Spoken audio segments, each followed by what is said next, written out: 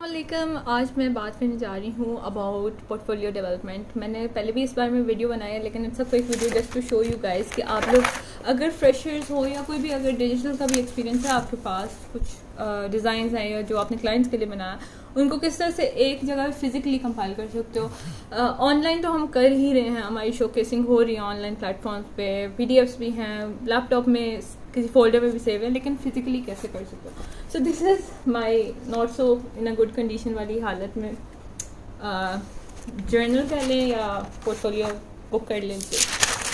इसमें first page पे I made a collage and printed it और पेस्ट कर दिया अबाउट माई थीसिस। ये सब कुछ आपको मिल जाएगा ऑन माई बिहांस का पोर्टफोलियो। फिर उसके बाद जितनी मेरी ड्राइंग्स थी वो सब मिल गया। उसके बाद मेरे स्केचेस, उसके बाद और स्केचेस ये मतलब अच्छा। तो स्केचेस दिखाने का या अपनी ड्राइंग्स रखने का स्टार्ट में क्या मकसद है, हालांकि आप दिखा किसी डिजिटल की जॉब के लिए फॉर एग्जांपल जा रहे हो एज अ टेक्सटाइल डिज़ाइनर, तो उसमें ये इसका हमारा कोई काम नहीं है, लेकिन it's just for the impression कि आपने ये सारा भी काम किया है। तो अगर पेजेस स्वाइप करने में किसी को मसला नहीं होना चाहिए, तो आपकी स्किल अगर अच्छी है तो ये आपका ऐड ऑन होनी है चीज़, तो आपने उनको दिखाना है जल्दी जल्दी से। ये this is how my skill is. ये कुछ स्केचेस थे, मैंने काफ़ी सारे जो मेरे फेवरेट थे उनको ऐड कर लिया। अब ऐड इस वजह से भी किया ताकि ये सारी चीज़ें गुम ना जाएँ कहीं, क्योंकि अब आप लोग जो काफ़ी अरसे से ग्रेजुएट हो, अब मुझे 2016 में मैं ग्रेजुएट हुई थी, सो गुम जाती हैं चीज़ें। मेरी एक अलमारी में घर में उस मतलब जो ऊपर कैबिन्स है ना, इसी तरह भरे पड़ी है और मुझे कभी उसको देखने का भी दिल नहीं करता। तो ये जो नोटबुक है या जर्नल कह लीजिए, ये मेरे साथ है हमेशा से। तो यहाँ से फिर स्टार्ट होता है मेरा जो ड्राइंग डिज़ाइंस का काम था। यहाँ से मेरी इनिशियल ड्राइंग्स, जितनी मेरी ड्राइंग्स हैं ना, अब ये मैनुअल ड्राइंग्स हैं, but I can always use these in my designs, right. ये मुझे सेंटेंगलिंग्स विद माई पैशन एक टाइम पे, और I use to do a lot of it. Thesis भी मेरा डिज़ाइन कॉम्पोजिशन वगैरह थी। अब ये देखिए एक design, it's so much detailed, hand painted. इसी का एक और पार्ट। तो ये आपका आहिस्ता आहिस्ता आपका काम मैनुअल आ रहा है। ये सारे मेरे मैनुअल डिज़ाइन जो हैं, छोटी छोटी इलस्ट्रेशन। यहाँ फिर मैंने क्या किया, जो मेरा जॉब का काम था ना, जितने मैंने अरसा जॉब किया और उधर के मेरे जो भी डिज़ाइंस थे, उन सब को जो जो मुझे चीज़ अच्छी लगी आई पिक्ड इट अप। अब आई थिंक ये बैग का प्रिंट था किसी का। अब जिस टाइम इस ब्रांड के साथ मैंने काम किया था तब इस तरह के प्रिंट्स चलते थे, अब इस तरह के प्रिंट्स नहीं चलते।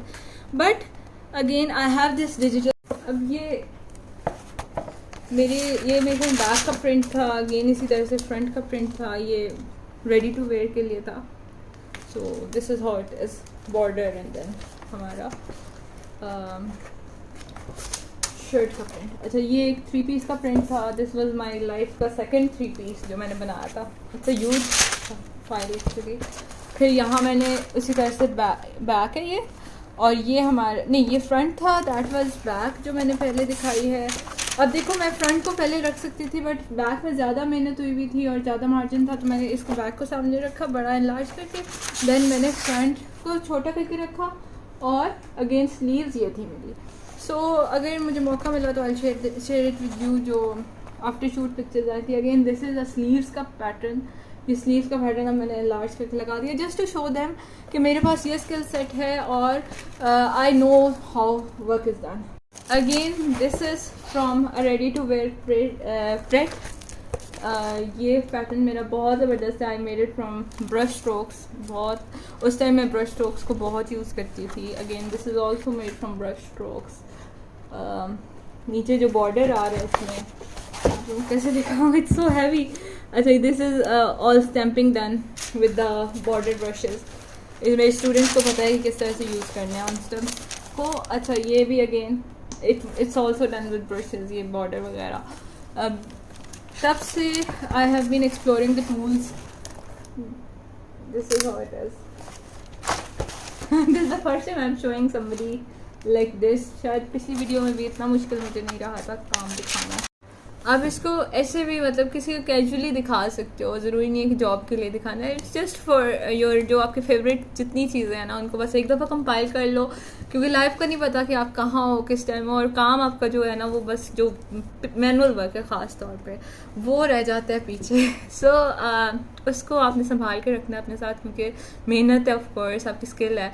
और ऑनेस्टली मुझसे अब ये मैनुअल डिटेल्स काम नहीं होता, because I am out of practice. But हाँ, जब करने लगूंगी तो of course I will do it, but मुझे अब टाइम नहीं मिलता तो मैं नहीं करती। और अब ज़्यादा क्योंकि डिमांड ही डिजिटल की है, और डिजिटल सारे असाइनमेंट, सारे टास्क, सब डिज़ाइन, सब कुछ डिजिटल है ना, तो सारी अब ड्राइंग्स जो इधर मैनुअल से शिफ्ट होकर डिजिटल पे चली गई हैं। लेकिन जो मज़ा और वो चीज़ है ना कि जो आपका पुराना काम है और जो आपकी पीक की मेहनत और वो सब है, वो कंपाइल हुआ हुआ कहीं ना कहीं सिक्योर होना चाहिए, so that it can help you in your future. जो चीज़ होती है ना मैनुअल, वो बेशक हम उसको स्कैन करके या पिक्चर्स के कैप्चर करके उसको डिजिटली किसी भी प्लेटफॉर्म पोस्ट कर दें या अपने फोल्डर्स में रख लें सिस्टम के, बट जो मज़ा उसको देखने में ओरिजिनली है, जो ओरिजिनल ड्राइंग्स को आपको देखने में अच्छा लगता है। हाँ, अगर लार्ज स्केल को ड्राइंग है तो उसको बेशक आप डिजिटल पिक्चर लेके उसकी रख लो, सेव रख लो, बट जो आपकी एक वो मेमोरी है कि जो स्ट्रोक्स असल लगे हुए हैं किसी पेंटिंग में या जो हार्डवर्क आपके हाथों से हुआ है, वो चीज़ की वैल्यू ज़्यादा होती है अगर फिज़िकली उसको देखा जाए तो। उसका इसलिए आपने ज़रूर फिज़िकल पोर्टफोलियो, अगर आपकी चीज़ें हैं तो उनको ज़रूर आपने कंपाइल करके रखना है। या मेरा कोई 20% काम भी नहीं होना ये वाला जो मैंने इसे कंपाइल किया, लेकिन कुछ है जो संभला हुआ है और काफ़ी इंपॉर्टेंट चीज़ें थी उनमें से, तो आई हैव दिस। बाकी अगर कोई इधर उधर हो भी गया तो आई डोंट केयर।